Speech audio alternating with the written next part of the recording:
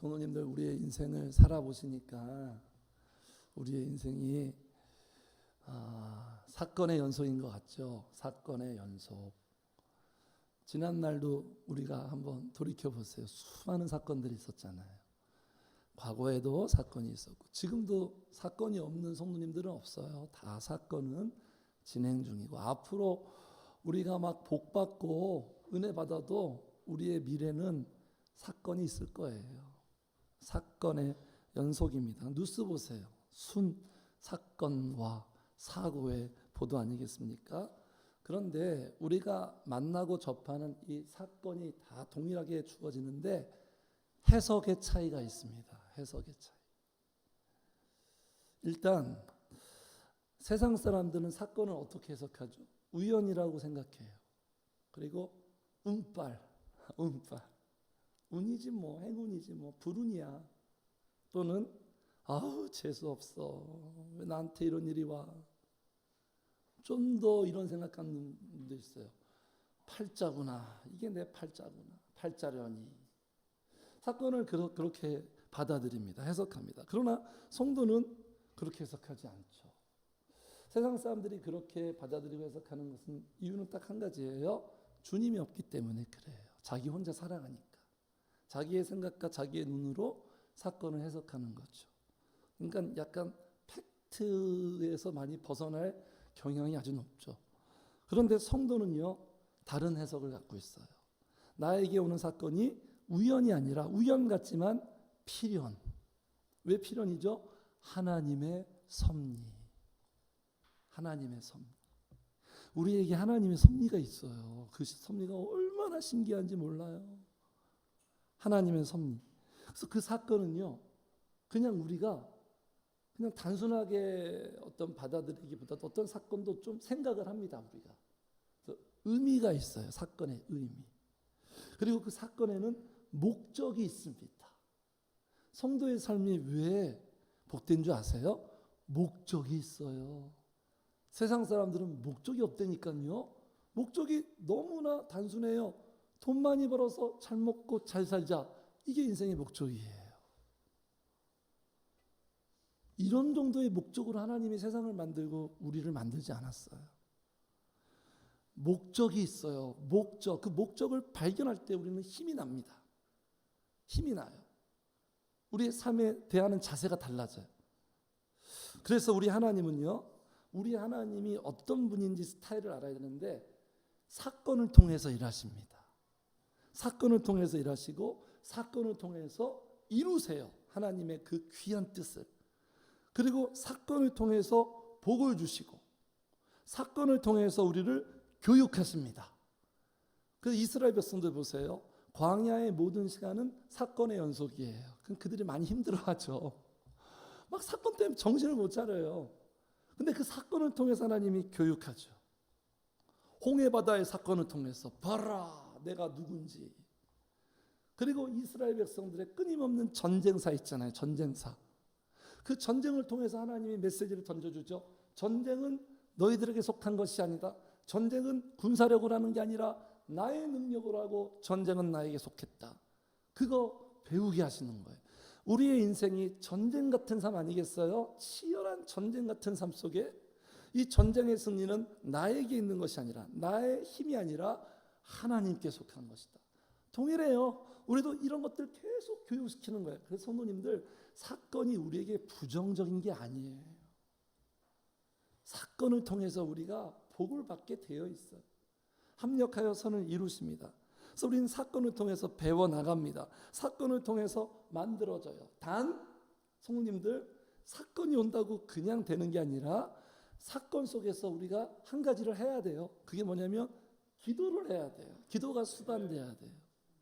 그 기도를 통해서 사건을 통해서 주님을 만나고 주님의 놀라운 역사도 경험하고 내가 변화되고 내가 한 단계 성장하는 것을 그 결과가 오는 거예요. 그냥 아무것도 안 하고 있다가 하나님의 사건으로 다 주어지는 게 아니라 기도를 해야 그 사건이 나한테 어떤 시너지 효과가 되는 거죠. 다윗 보세요. 다윗 정말 엄청난 사건의 연속이잖아요. 그의 인생을 보면 정말 불쌍할 정도로 그런데 다윗이 그때도 기도의 끈을 놓지 않고 어떤 상황이든 어떤 사건을 만나든 그냥 매달립니다. 매달려요. 그냥 부르짖어요.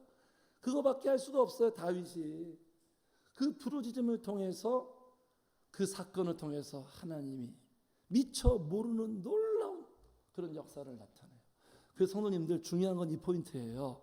우리가 어떤 사건을 만나거든요. 정말 사건을 만나는데 그 사건 때문에 내가 주님을 더 가까이 하고 있느냐, 아니면 그 사건 때문에 주님과 성령님과 멀어지고 있느냐, 이건 우리가 생각해야 돼요.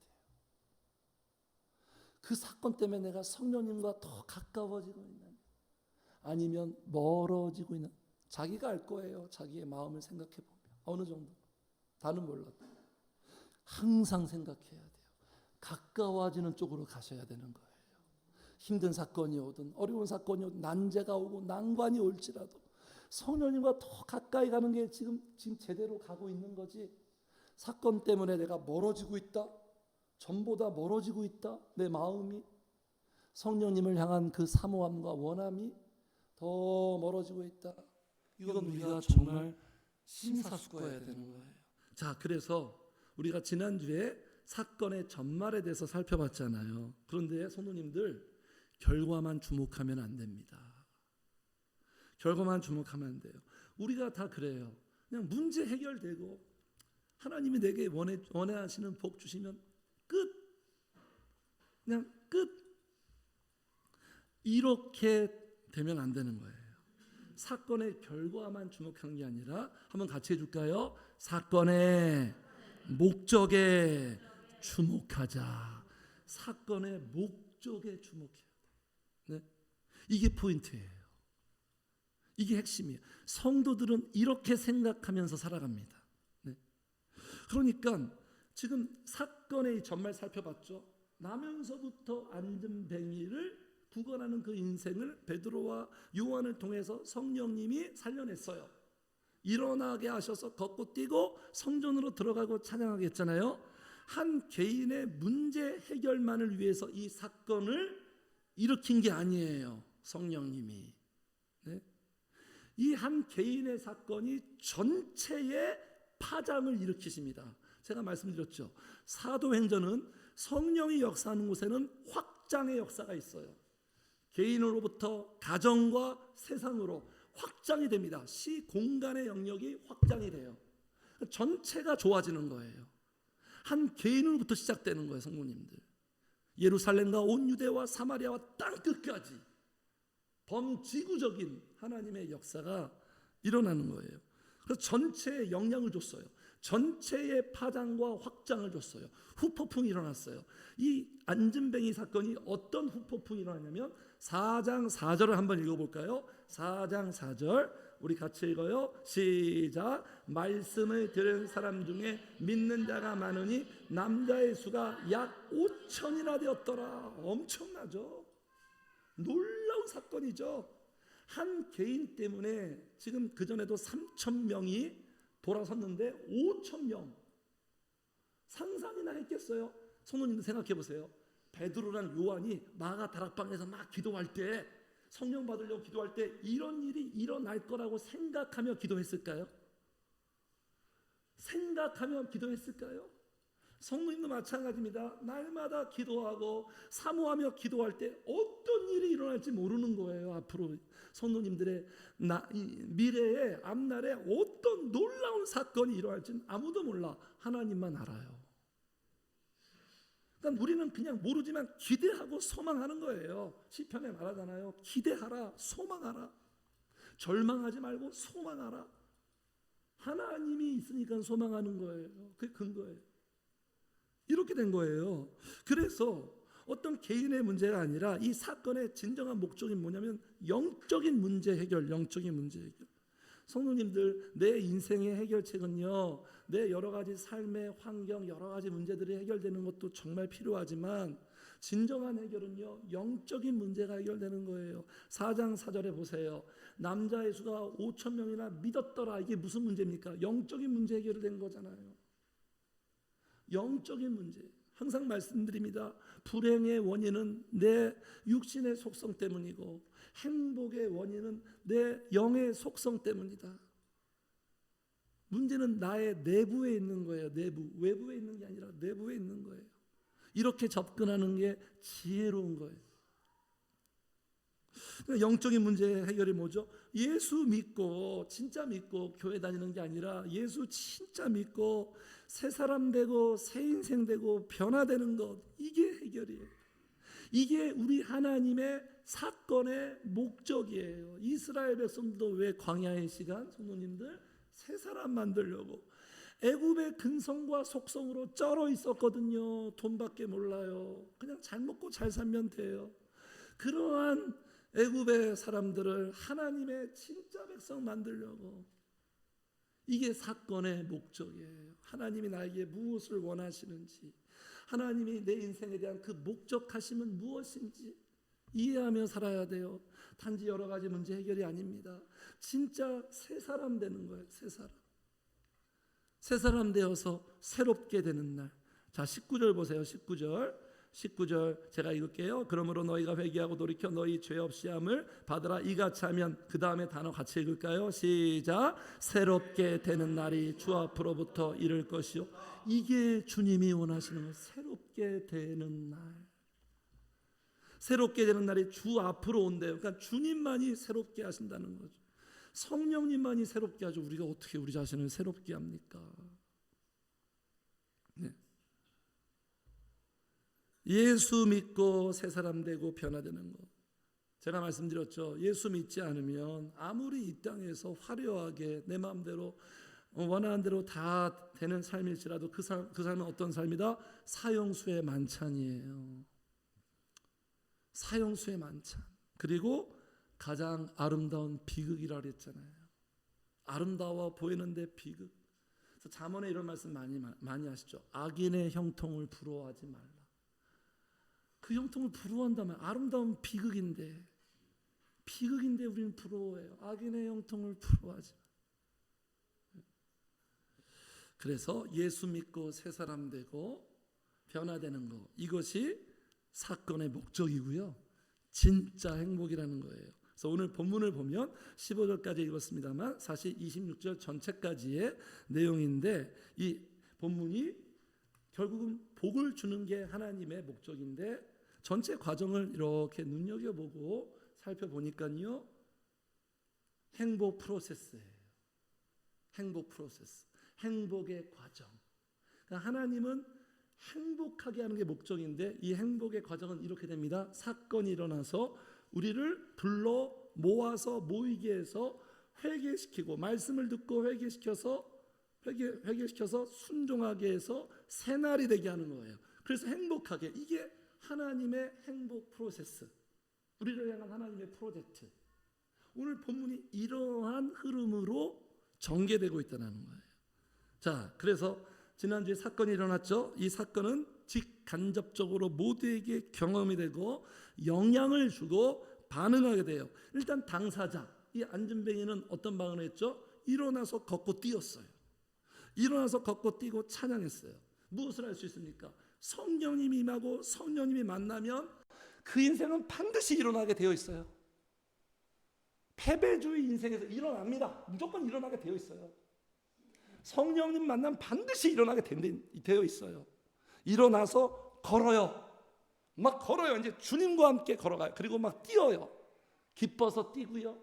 힘을 얻어서 뛰어요. 주님 만나면 반드시 걷고 뜁니다. 늘어져 있지 않아요. 걷고 뛰고 찬양해요. 찬양은 왜 해요? 노래는 왜 합니까? 좋으니까 노래하는 거지. 찬양해요.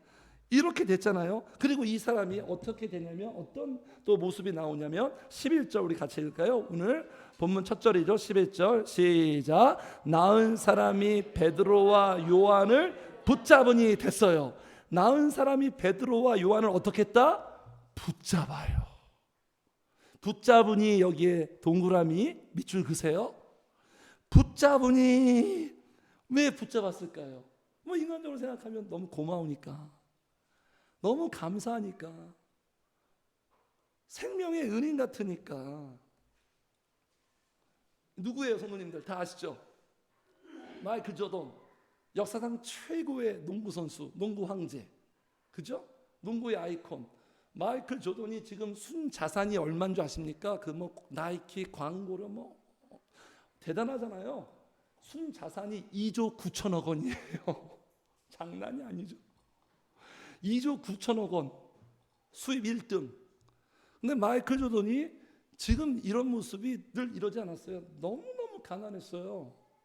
가난해서 농구에 목숨 걸고 농구를 너무 잘해서 시카고 불스 스카우트 됐는데, 시골에서 시카고로 왔는데 구단까지, 농구장까지 갈 돈도 없고, 그래서 갈 수가 없어서 택시, 공항에 있는 택시, 공항비는 이제 어떻게 얻어와서 택시를 타야 되는데 아무도 안 태워줘요.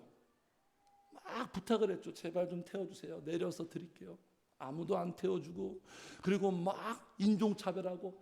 그때 한 사람이 그 모습을 불쌍히 여기면서 다가옵니다. 그리고 태워줘요. 시카고까지. 그리고 돈도 안 받아요. 그 사람이 누군지 아십니까? 한국 사람이었대요. 한국 택시기사였대요. 마이클 조던이 평생 잊지 못하는 거예요. 오늘의 나를 잊게 한 사람은 바로 그 사람이다.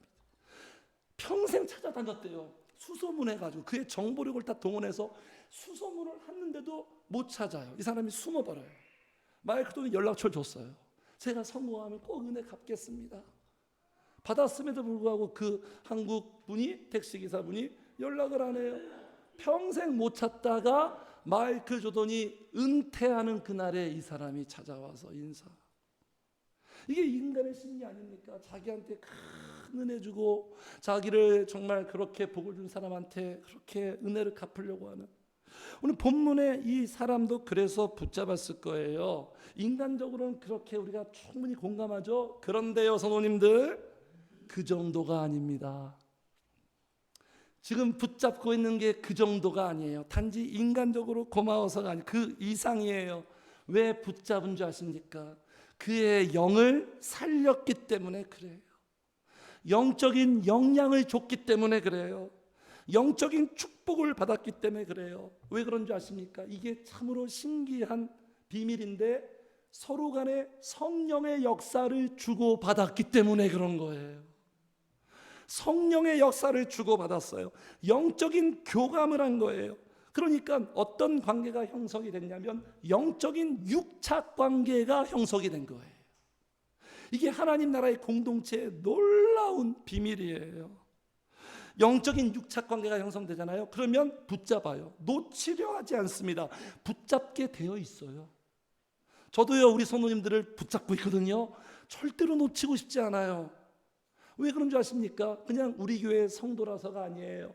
저랑 성도님들이랑 성령의 역사를 주고받았기 때문에 그래요. 이 특별한 이유와 사연 때문에 놓칠 수가 없는 거예요. 붙잡을 수밖에 없는 거예요. 서로 간에 그럴 수밖에 없는 거예요.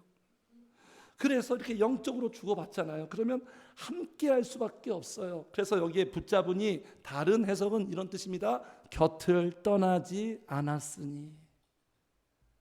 마치 첫사랑과 같은 거예요, 성도님. 곁을 떠나지 않았으니 사랑할 수밖에 없어요. 그래서 성도님들, 성령으로 맺어진 관계는요, 그 어떤 관계보다 친밀합니다. 끈끈해요. 돈독해요. 쉽게 끊어지지 않아요. 그래서 예수님이 어느 날 예수님이 막 말씀 전하고 있으니까 예수님한테 한 사람이, 예수님, 선생님, 밖에 가족들이 왔어요. 주님 찾으러 왔어요. 예수님이 어떻게 말씀하시죠? 누가 내 어머니고 내 동생이냐? 좀 이해할 수 없는 냉정한 그런 말씀을 하시죠. 그리고 이렇게 말씀하시죠. 같이 한번 읽을까요? 시작. 누구든지 하늘에 계신 내 아버지의 뜻대로 하는 자가 내 형제요 자매요 어머니요. 지금 붙잡았다라는 뜻이 이런 말씀의 맥락이 있는 거예요. 피는 물보다 진하잖아요. 그런데 영은 육보다 진합니다. 그래서 어떤 사람 영적인 관계가 내 부모보다, 친가족보다 더 끈끈하고 더 사랑스럽고 그런 경험을 한다니까요. 성령의 역사를 이렇게 주고받으면 이렇게 유착 관계가 형성이 되는 거예요. 그래서 쉽게 끊어지지 않아요. 절대로 쉽게 끊어지지 않아요. 그래서 이 관계를, 이 붙잡은 이가 또 이런 뜻이 있습니다. 관계를 굳게 지켜 나간다. 이 붙잡았으니가 이런 뜻이 있어요. 헬라어로 굳게 지켜 나간다. 왜 그럴까요? 이 관계를 통해서 성령님이 역사하니까, 이 관계를 통해서 성령님이 복을 주니까. 성도님들, 우리 모두 경계합시다. 마귀는 이 관계를 파괴하려고 할 거예요. 이 관계를 철저하게 무너지게 하려고 할 거예요. 이 관계를 통해서 성령의 역사가 흐르고 복을 받으니까, 복받게 하는 꼴을 못 보니까. 그래서 이 당사자는 이러한 사건을 통해서 지금 사도를 붙잡아요.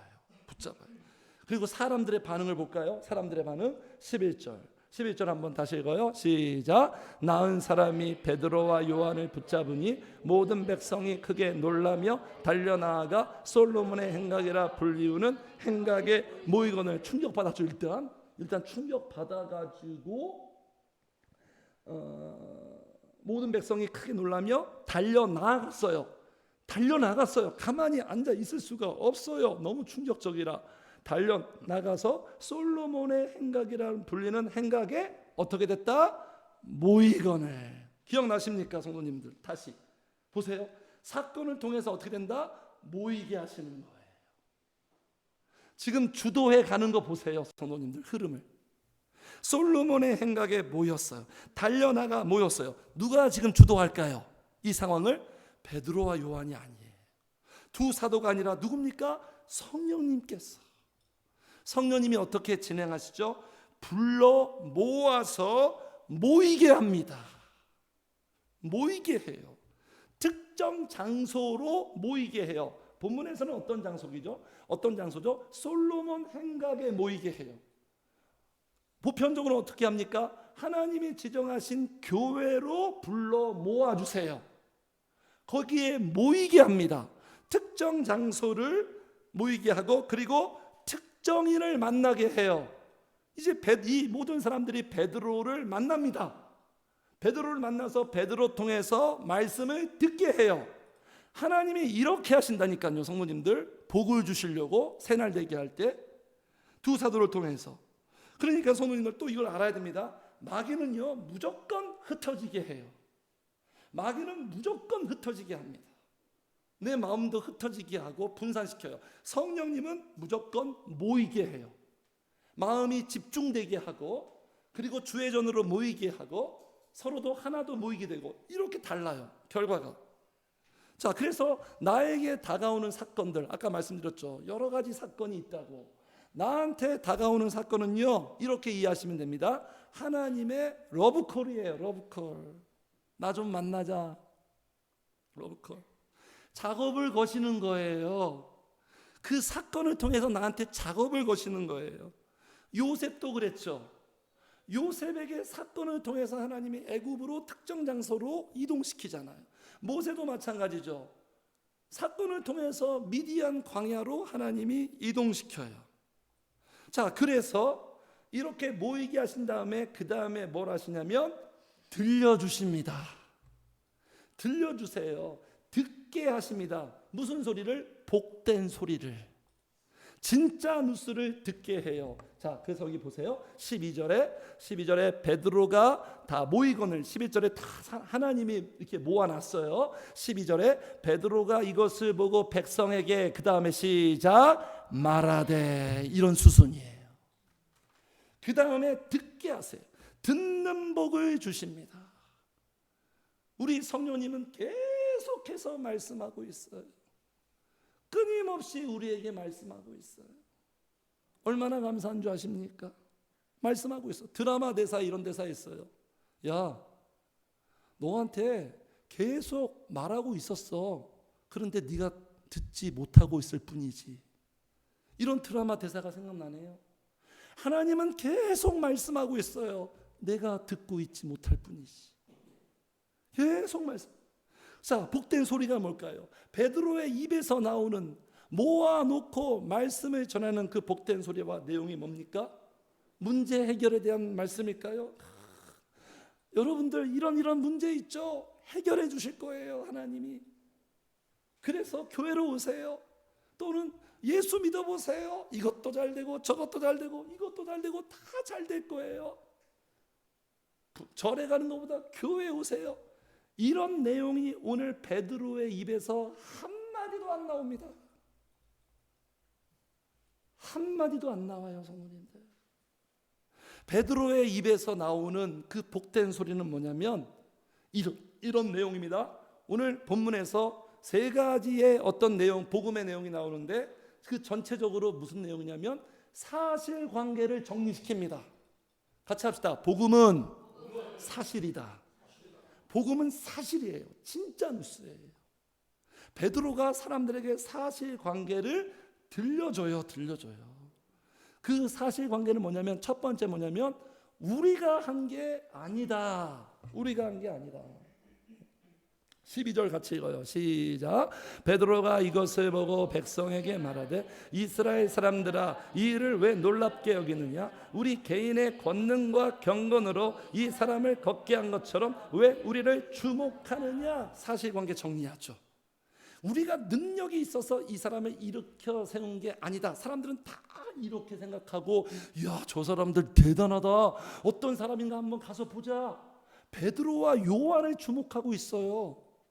그래서 이런 시선을 베드로가 알고 우리가 한 게 아니다.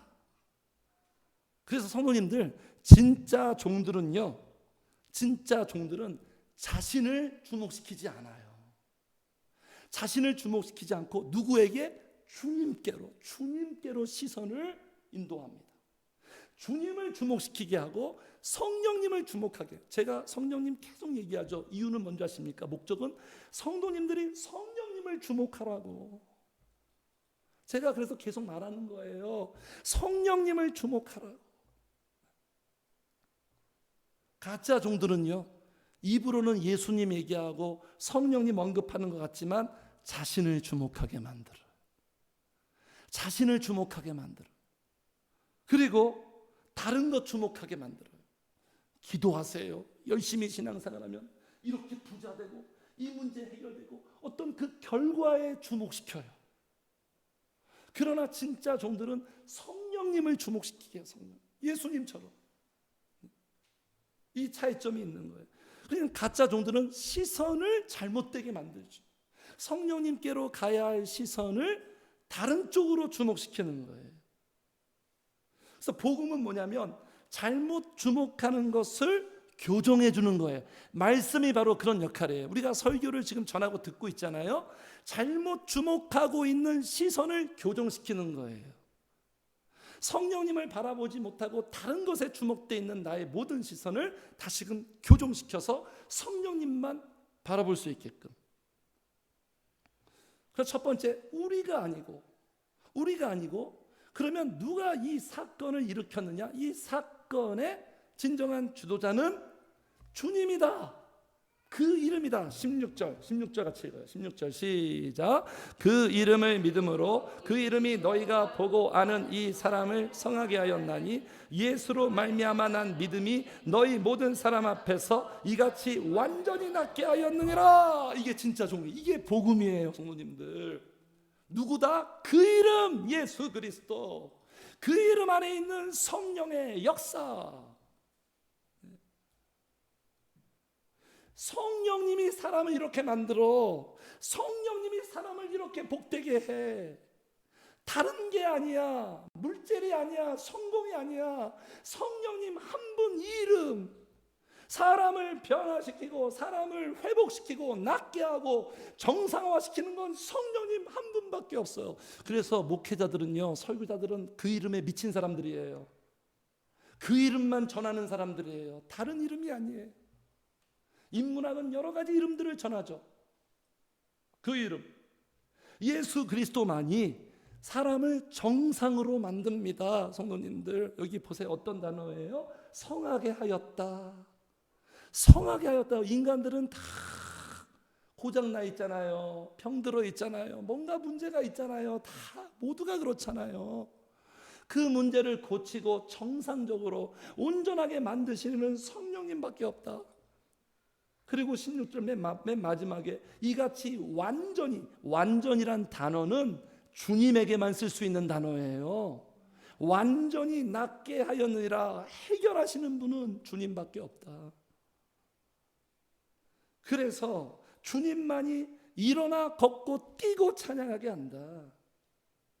이 두 가지를 지금 전하고 있는 이게 복음이에요. 성령님들, 성령님을 주목하게 하고 그 성령님만이 인간을 행복하게 만든다, 해결시킨다.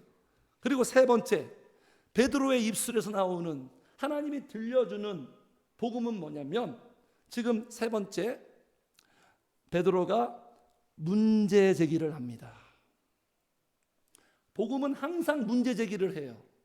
그냥 예수 믿고 그냥 뭐 복 받으세요, 평안할 거예요, 뭐 이렇게 달콤하게만 피상적으로 말하지 않아요. 반드시 문제 제기를 해요. 문제 제기를 왜 합니까? 진단하는 거예요. 진단을 왜 해요? 해결하려고 진단하는 거예요. 그래서 어떤 문제가 있으면 TF팀이 발족되잖아요. TF팀이 왜 발족됩니까? 진단하는 거예요. 진단해서 그 문제를 해결하기 위해서. 성도님들, 그런데 이 문제 제기가 우리 인간의 본성상 듣기 싫은 소리예요. 성도님들, 복음이 다 달콤하게 들리는 것 같죠? 복음을 제대로 모르는 거예요. 복음은 사실 그게 다 복된 소리인데, 우리가 잘못되어 있기 때문에 듣기 싫은 소리고 피곤한 소리고 부담스러운 소리고 불편한 소리예요. 그래서 구약의 선지자들이 전하니까 다 안 듣고 오히려 선지자 핍박하고 죽여버렸잖아요. 세례 요한도 그랬고 예수님도 핍박당하고 바울도 복음 전할 때 문제를 제기하려고 하니까 다 핍박하고. 복음은 철저하게 유괴 사람들한테 반대에 직면하게 되어 있어요. 성도님들, 네. 모두에게 달콤한 소리가 아니에요. 그런데 듣기 싫은 소리인데, 이 복음은 반드시 들어야 할 소리예요. 제가 말씀드리잖아요. 설교는 성도님들이 듣기 좋은 소리를 하는 게 아니라 들어야 할 소리를 한다. 그래서 때로는 진통이 있어요. 그래서 지금 베드로가 듣기 싫은 소리 문제적이 뭐냐면, 너희들이 최악의 선택을 했다. 이 문제를 제기하는 거예요. 최악의 선택을 했다. 그 선택이 뭐냐? 예수를 거부했다. 성도님들, 이게 최악의 선택이에요. 우리는 선택을 잘해야 되는 거예요. 왜냐하면 그 선택이 내 인생에 영향이 와요. 좌우하기 때문에 그 결과를 또 내가 책임져야 돼요. 인생은 선택의 연속이잖아요. 잠언 말씀, 선택을 잘하는 게 지혜고 선택을 못하는 게 미련이라고 말하잖아요. 최악의 선택이 뭔지 아십니까? 예수님 거부하는 거예요. 복음 거부하는 거예요. 성령님 거부하는 거예요. 주의 종의 복음의 메시지를 거부하는 거예요.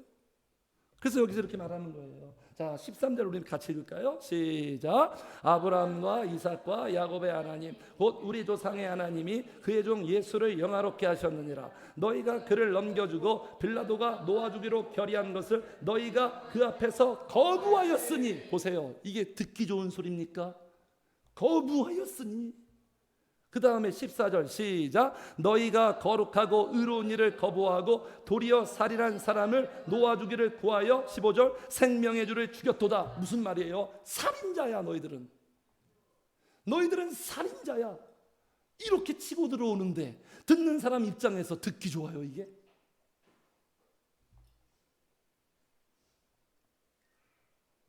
그러니까 최악의 선택을 했다. 하나님이 주신 놀라운 기회, 너희들의 인생이 복되고 새로운 날이 될 기회를 주셨는데 너희들이 그것을 거부해서 최악의 선택을 했다.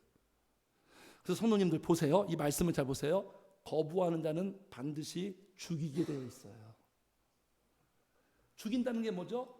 없애버리는 거죠. 내 인생에 예수 없는 게 더 편해. 내 인생에 성령님 없는 게 더 편해. 내 인생에 신앙생활 없는 게 더 편해. 내 인생에 기도와 예배와 말씀 없는 게 더 편해. 이게 바로 죽이는 거예요. 거부하는 자는 반드시 죽이게 되어 있어요. 성도님들, 수용하는 자는 살리죠. 주님이 있어야 돼. 내 인생에 은혜가 있어야 돼. 내 인생에 말씀이 있어야 되고 기도가 있어야 되고 성령의 자꾸 살려. 너무 약해. 더 살려야 돼. 이렇게 달라지는 거예요, 성도님들. 그러니까 예수가 있는 게 싫은 거예요. 그냥 거부하지. 그냥 내 스타일대로 나 혼자 사는 게 좋아, 편해. 귀찮아. 왜 끼어들어? 잘 살고 있는데. 나 싫은 거야. 밀어내줘. 자꾸 밀어내줘. 이렇게 거부하죠. 구약의 이스라엘 백성들이 그랬어요. 지금 잘 살고 있는데 왜 자꾸 예레미야가 와서 우리한테 막 멸망한다는 얘기를 하지? 지금 멸망할 어떤 분위기가 아닌데 다 잘 돌아가고 있는데 너무 듣기 싫은 거야. 막 나중에 막 예레미야 죽이고 막 그냥 가둬내고 그렇게 되어 있어요. 우리 인간의 본성이 다 똑같아요. 인간은. 그래서 로마서대로 말하면 마음에 두기를 싫어하는 거예요. 성도님들 성령님을 말씀을 은혜를 지금 마음에 원하십니까? 내 마음에 두고 싶어요? 내 마음에 이렇게 더 많이 마음에 두기를 좋아하고 원하십니까? 죄인들은 마음에 두기를 싫어해요. 그래서 거부하는 거예요. 그래서 그 마음에 두기 싫어하면 그 마음은 어떻게 되는 거예요? 텅 비죠. 텅 비. 제가 늘 말씀드리죠. 가장 위험한 상태, 텅 비어 있는 거. 텅 비면 마귀가 독차지하죠. 마귀가 제일 원하는 최적화된 스타일은 텅 비는 거예요. 은혜도 없고 아무것도 없고. 그러면 그게 마귀가 틈타기 딱 좋은 이게 벌어지는 거예요. 쫙 벌어져서 그 안에 들어가는. 독차지하는 거예요. 마귀한테 사로잡히는 거죠. 그러면서 교회도 다니면서 육의 생활대로 사는 거예요. 이게 무서운 거죠. 그래서 성도님들, 여기서 중요한 사실을 알게 됩니다.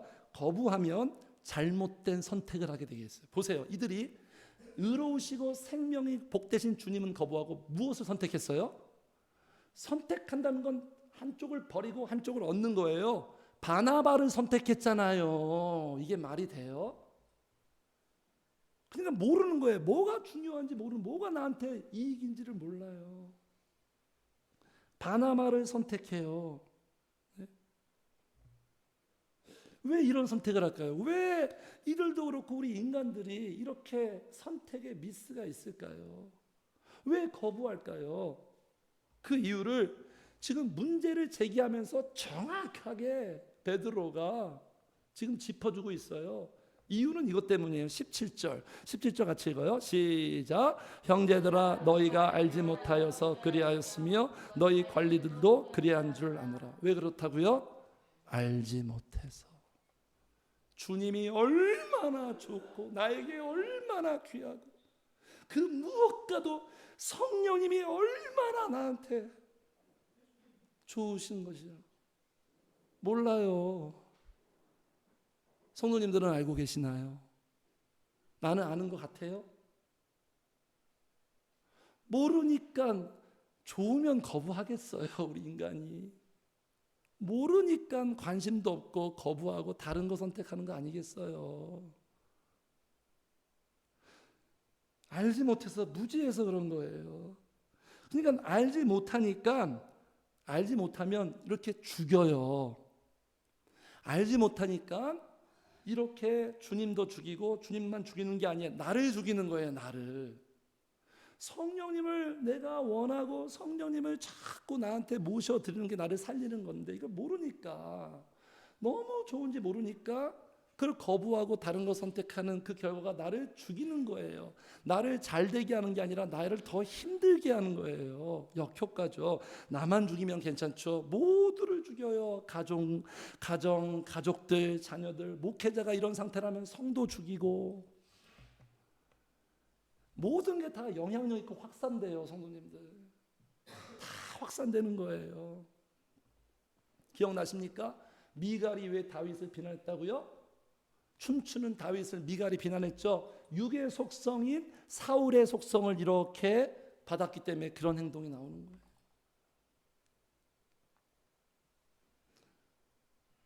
그래서 성도님 보세요. 그래서 중요한 게 뭐냐? 같이 읽을까요? 시작. 나는 인애를 원하고 제사를 원하지 아니하며 번제보다 하나님 아는 게 제일 중요한 거예요. 정보로 말고 내 인생의 이거예요. 승패는. 그래서 호세아 시절에 하나님을 몰라서 이들이 막 그냥 엄청나게 시련과 고난 겪습니다. 나중에 조금 정신을 차려서 이런 말을 해요. 또 읽어요. 시작. 그러므로 우리가 여호와를 알자. 힘써 여호와를 알자. 그의 나타나심은 새벽빛같이 어김없나니 비와 같이 땅을 적시는 늦은 비와 같이. 이렇게 해야 돼요. 여호와를 알자. 어떻게 알자? 힘써 알자. 하나님 몰라서 우리가 이렇게 됐다. 영적인 거 몰라서 이렇게 됐다. 주님을 알자. 힘써 알자. 그래서 잠언이 이런 지혜를 줍니다. 이 주님을 알려고 어떻게 한다? 지식을 불러 구하라는 거예요. 지식 명철 다 주님이에요. 성령님이에요. 불러 구하라는 거예요. 기도하라는 거죠. 얻으려고 소리를 높이라는 거예요. 뭐 얻고 싶으면 막 간절함이 있잖아요. 소리를 높이고, 그 다음에 은을 구하는 것 같이, 네가 돈 벌려고 애쓰는 것 같이, 그것을 구하며 감추어진 보배를 찾는 것 같이. 진짜 내가 다이아몬드 잃어봐요. 그냥 샅샅이 찾으려고 할 거 아니에요. 그런 것 같이 그것을 찾으라는 거예요. 다 뭐예요? 기도하라는 거죠. 얻으려고, 주님 알려고, 만나려고, 이렇게 이게 이렇게 편하게 그런 내용이에요. 다 돈 버는 것 같이 네가 돈 벌려고 애쓰잖아. 아침부터 밤까지. 그런 것처럼 네가 주님 만나려고 기도하면 이렇게 하라는 거예요. 제 얘기가 아닙니다. 말씀이 그런 하나님의 말씀이에요. 다 같이 읽어요. 시작. 여호와 경외하기를 깨달으며 하나님을 알게 된대요. 기도하지 않으면 주님 몰라요. 기도하지 않으면 절대 주님 몰라요. 이거 하나님이 이렇게 정해버렸어요.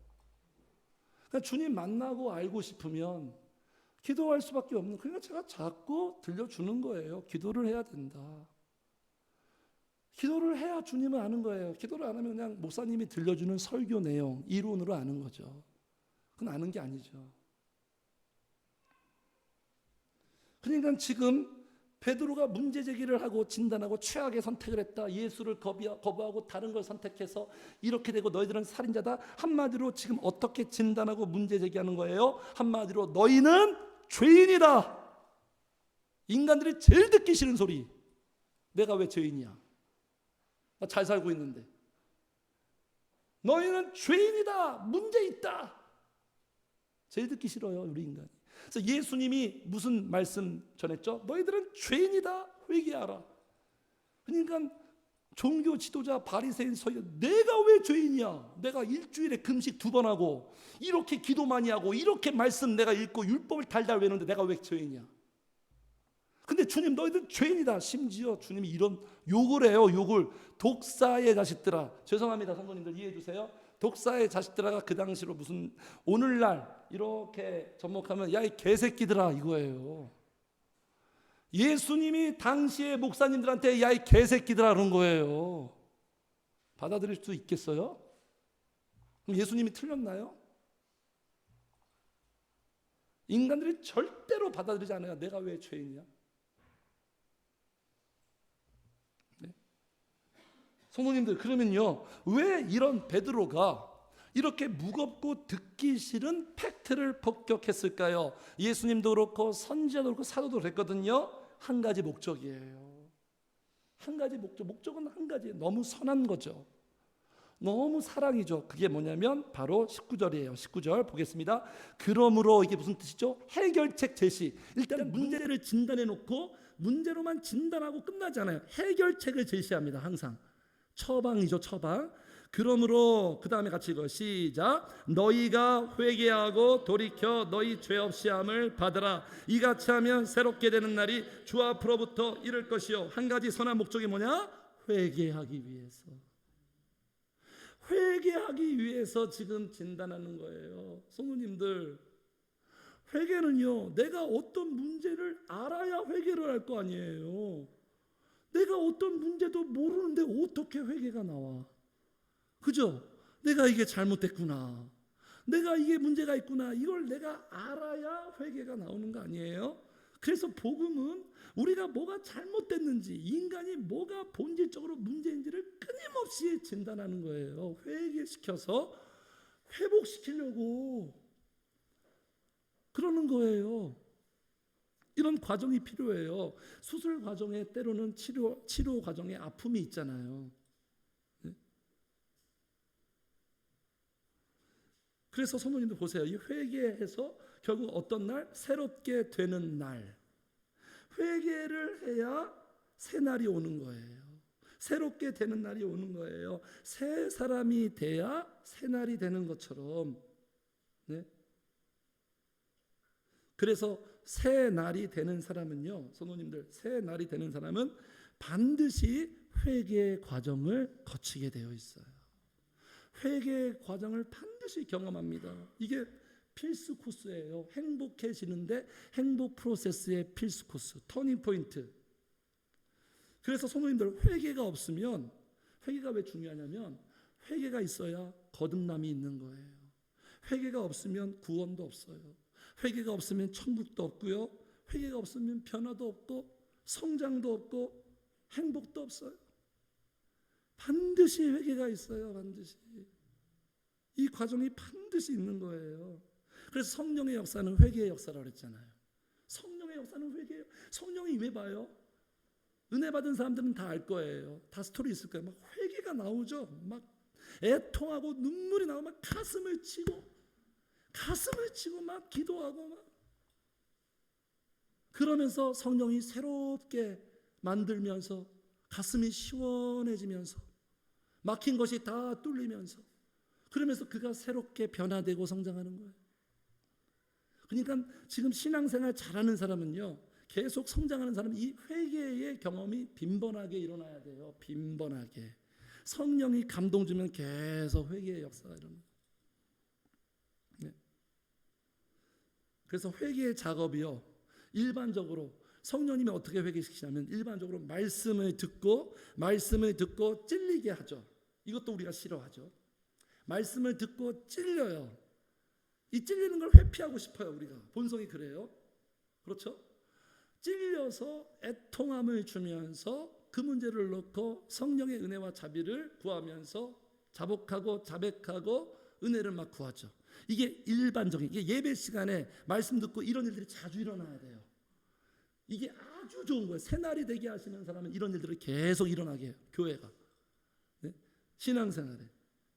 이런 거예요. 일반적으로 이렇게 됩니다. 그러나 일반적인 것뿐만 아니라 특수한 것도 있어요. 특수한 거. 특수한 회개 작업이 있어요. 특수한 회개 작업이 뭔지 아십니까?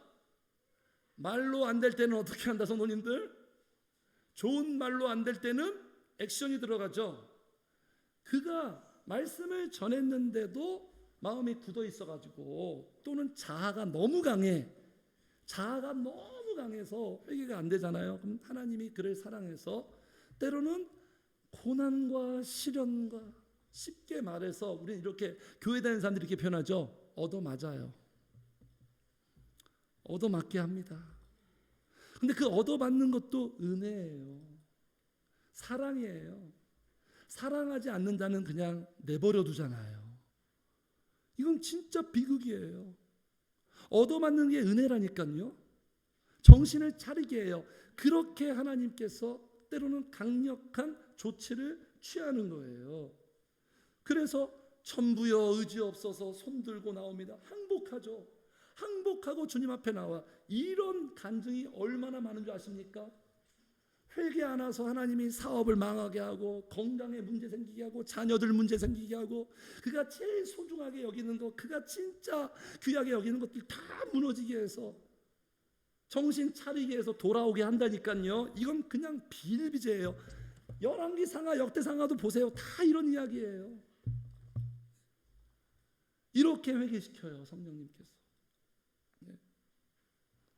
그래서 회개는 뭐냐? 자, 보겠습니다. 마지막이에요. 회개는, 자, 26절 같이 읽겠습니다. 회개의 정의예요. 시작. 하나님이 그 종을 세워 복 주시려고 너희에게 먼저 보내사 너희로 하여금 돌이켜 각각 그 악함을 버리게 하셨느니라. 회개는 두 가지입니다. 돌이키는 거예요. 내 인생의 방향을 전환하는 거예요. 회개는 그냥 잘못했습니다 인정하는 게 아니에요. 삶을 바꾸는 거예요. 패러다임, 방향을 성령님께로 완전히 돌이키는 거죠. 네? 그리고 또 하나 뭐예요? 그 악함을 버리는 거예요. 버리는 거. 악함을 버리는 게 회개예요. 악함이 뭘까요? 어떤 도덕적이고 윤리적인 그런 게 아니, 잘잘못이 아니라 내 안에 뼛속 깊이 있는 육의 속성들, 육신의 방식, 습성, 생각, 행동, 언어, 이 모든 것들을 버리는 거예요. 이게 회개예요. 그러니까 교회에서 말씀 듣고, 야, 내가 이렇게 악한 자구나, 내 생활이 이렇게 잘못됐구나, 그거를 성령님이 깨닫게 하시고 이 시간에 기도하고 자꾸 버리는 거예요. 버리는 거. 이 작업이 있어야 되는 거예요, 성도님들. 이렇게 버려야, 옛사람을 버려야 새 사람이 돼요.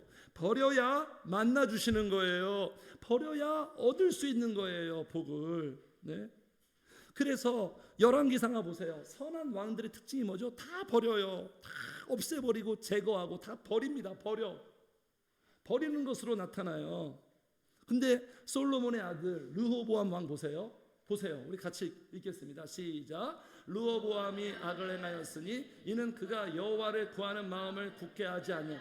르호보암이 왜 악을 행했다? 한마디로 뭐예요? 기도하는 것을 온전히 정립하지 못했다. 기도하지 않으면 버릴 수가 없어요. 내가 어떻게 버려요, 그걸? 난 좋아하는 건데. 성령의 의지에서 보세요. 르호보암 마지막 평가예요. 14절 마지막 절. 르호보암이 하나님 보시기에 악을 행했대. 왜 악을? 이 악이 뭐냐면 육신의 속성대로. 이 사람도 교회 다녔어요. 왜? 하나님을 구하는 마음을 굳게 하지 않았다는 거예요. 그래서 하나님을 구하는, 성령을 구하는 그 마음과 기도 생활이 너무 중요한 거예요.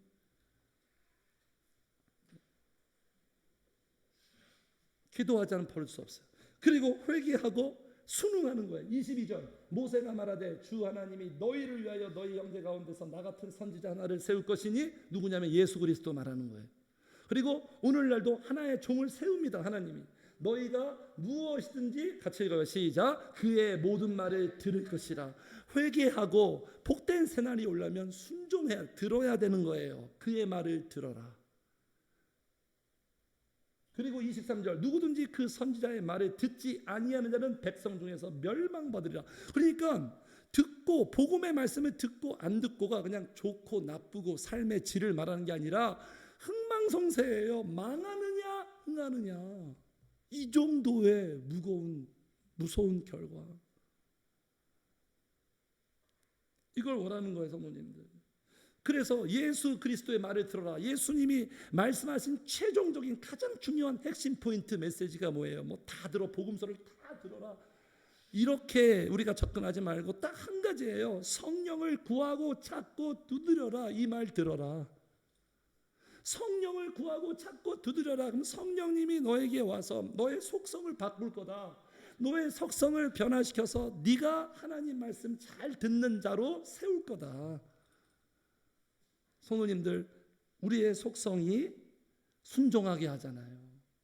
우리의 속성이 순종하게 하는 거예요. 말씀을 잘 이해한다고 순종하는 게 아니에요.